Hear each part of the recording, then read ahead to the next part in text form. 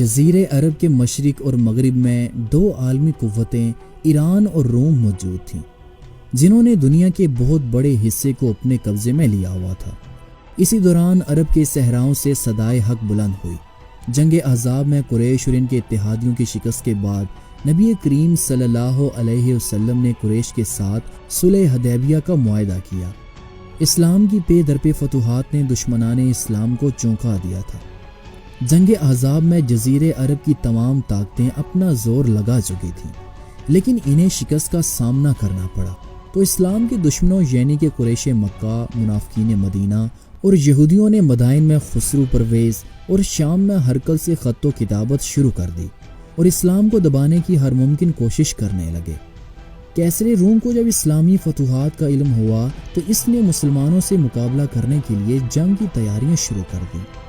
نبی کریم صلی اللہ علیہ وسلم نے پڑوسی ممالک کے بادشاہوں کو خطوط بھیجے اور انہیں اسلام کی دعوت دی۔ حضور صلی اللہ علیہ وسلم نے ایک خط بصرہ کے گورنر کو تحریر فرمایا۔ آپ صلی اللہ علیہ وسلم نے تحریر فرمایا کہ تم اسلام قبول کر لو۔ یہ نامہ گرامی حضرت حارث بن عمیر لے کر گئے۔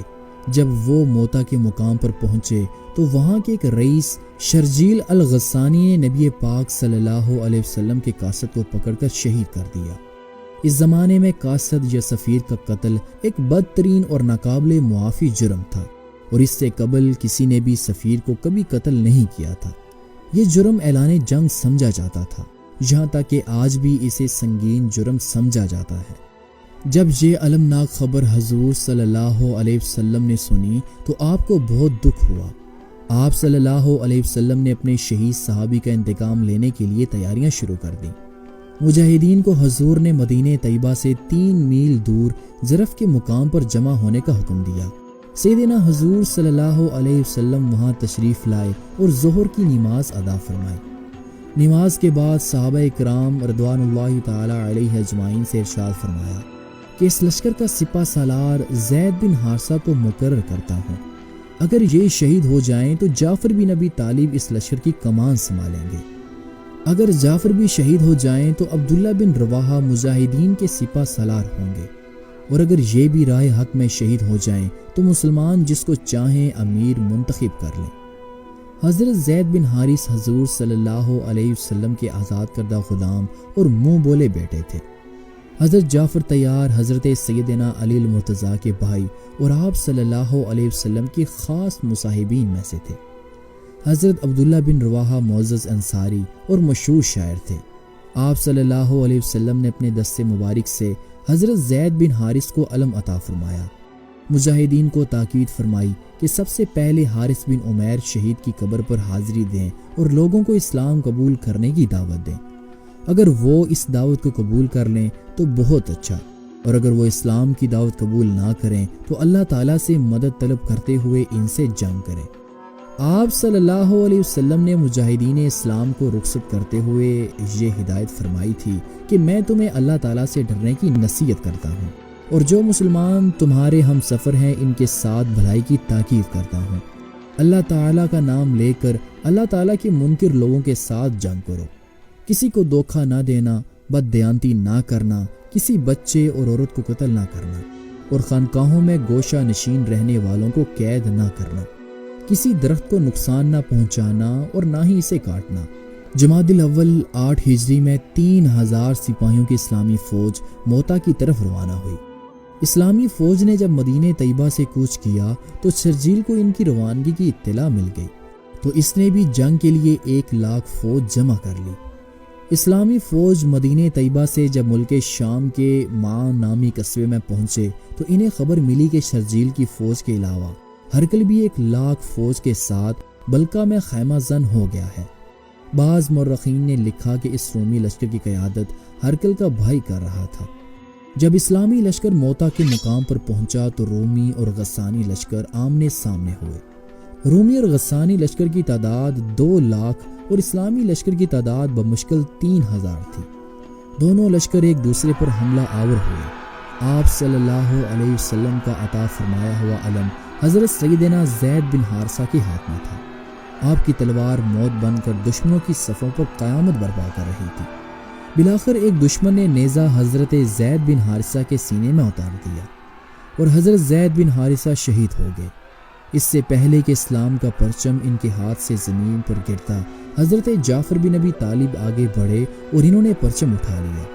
کفار کے تیر اور تلواروں نے آپ کو بھی شدید زخمی کر دیا، لیکن حضرت جعفر طیار آخر دم تک دشمنوں سے مقابلہ کرتے رہے۔ اسی دوران ایک رومی نے اپنی تلوار سے ان کو شہید کر دیا۔ حضرت عبداللہ بن رواحہ تیزی سے آگے بڑھے اور انہوں نے جھنڈا اٹھا لیا، یہاں تک کہ وہ بھی شہید ہو گئے۔ اس کے بعد حضرت ثابت بن قیس آگے بڑھے اور اسلام کے جھنڈے کو اٹھا لیا اور بلند آواز میں مجاہدین سے کہنے لگے، اے اسلام کے سرفروشو، اب ایسا آدمی منتخب کر لو جو اسلامی علم کو بلند رکھ سکے۔ لوگوں نے کہا کہ ہم تمہیں اپنا علمبردار بناتے ہیں۔ حضرت ثابت بن قیس نے کہا کہ میں اس کے لائق نہیں ہوں۔ سامنے حضرت خالد بن ولید کھڑے تھے۔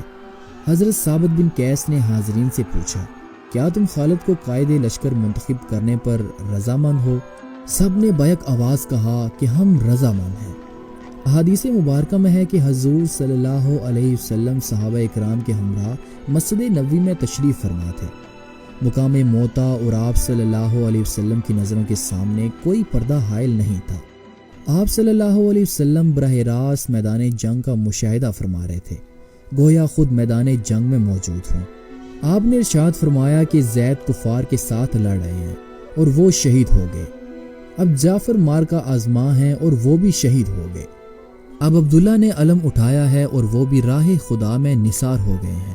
کچھ دیر خاموشی کے بعد آپ نے فرمایا کہ اب خالد بن ولید اللہ کی تلوار نے کمان سنبھال لی ہے، وہ اللہ تعالیٰ کا بہترین بندہ ہے، اللہ تعالیٰ نے اس کے ہاتھ پر فتح نصیب فرما دی ہے۔ اس کے بعد آپ صلی اللہ علیہ وسلم نے دعا فرمائی، اے اللہ، خالد تیری تلواروں میں سے ایک تلوار ہے، بس تو اس کی مدد فرما۔ اس روز سے حضرت خالد بن ولید سیف اللہ کے لقب سے مشہور ہوئے۔ حضرت خالد بن ولید کے اسلام لانے کے بعد یہ پہلا موقع تھا کہ وہ مسلمانوں کی طرف سے لڑ رہے تھے۔ اس سے پہلے وہ مسلمانوں کے خلاف ہی لڑتے رہے تھے۔ جنگ احد میں خالد کی وجہ سے ہی مسلمانوں کی فتح شکست میں بدل گئی تھی۔ اب وہی خالد بن ولید مسلمانوں کے لشکر کی قیادت کرنے جا رہے تھے۔ حضرت عبداللہ بن رواحہ نے جس وقت جام شہادت نوش فرمایا، اس وقت مغرب کا ٹائم تھا۔ دونوں لشکر اپنی اپنی چھاونیوں میں واپس چلے گئے۔ سیدنا خالد بن ولید کی جنگی حکمت عملی اگلے دن سامنے آئی۔ آپ نے اسلامی لشکر کی ترتیب بدل دی اور لشکر کی نئے طریقے سے صف بندی کی۔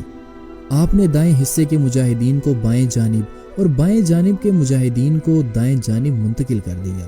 آگے والے دستے پیچھے اور پیچھے والے دستے آگے منتقل کر دیے اور ساتھ ہی کچھ مجاہدین کو اپنے عقب میں بھیج دیا اور حکم دیا کہ وہ اسلامی لشکر کے پیچھے گرد اڑائیں تاکہ دشمن کو لگے کہ مسلمانوں کو مدینہ منورہ سے کمک آ پہنچی ہے۔ دشمن کے سپاہی جب آمنے سامنے ہوئے تو دیکھے ہوئے چہروں کے بجائے انہیں اجنبی چہرے نظر آئے۔ انہوں نے سمجھا کہ اسلامی لشکر میں نئی فوج شامل ہو گئی ہے۔ یہ خیال آتے ہی دشمن کی فوج کے حوصلے پست ہو گئے۔ سیدنا خالد بن ولید نے دشمن کی نفسیاتی بے چینی کو محسوس کرتے ہوئے دشمن پر حملہ کر دیا۔ دشمن کے بے شمار نوجوان موت کے گھاٹ اتار دیے گئے اور بہت سے دشمنوں نے خوفزدہ ہو کر میدان جنگ چھوڑ دیا۔ ان حالات کو دیکھتے ہوئے خالد بن ولید نے اپنے لشکر کو پیچھے ہٹا لیا۔ اس طرح مسلمانوں نے بھی پیچھے ہٹتے ہٹتے میدان جنگ چھوڑ دیا اور یہ جنگ بغیر کسی نتیجے کے ختم ہو گئی۔ سیدنا خالد بن ولید نے بڑی بہادری سے جنگ کی اور وہ مسلمانوں کو کفار کے بے شمار لشکر کے نرگے سے نکالنے میں کامیاب ہو گئے۔ اس جنگ میں حضرت خالد بن ولید نے بڑی بہادری سے جنگ لڑی۔ اس جنگ میں سیدنا خالد بن ولید کے ہاتھوں 9 تلواریں ٹوٹی تھیں۔ 7 دن تک یہ جنگ جاری رہی۔ فرزندان توحید عقابوں کی طرح رومی لشکر پر چھپٹے اور ان کو موت کے گھاٹ اتار دیا، اور یوں خالد بن ولید جنگی صلاحیت کی بنا پر اسلامی لشکر کو اپنے سے 60 گنا زیادہ دشمنوں کے حصار سے نکالنے میں کامیاب ہو گئے۔ مسلمان بڑے اطمینان سے اپنے مرکز مدینہ منورہ کی طرف روانہ ہوئے۔ مدینہ کے قریب پہنچے تو آپ صلی اللہ علیہ وسلم استقبال کے لیے مدینہ سے باہر تشریف لائے اور اسلامی لشکر کا استقبال کیا۔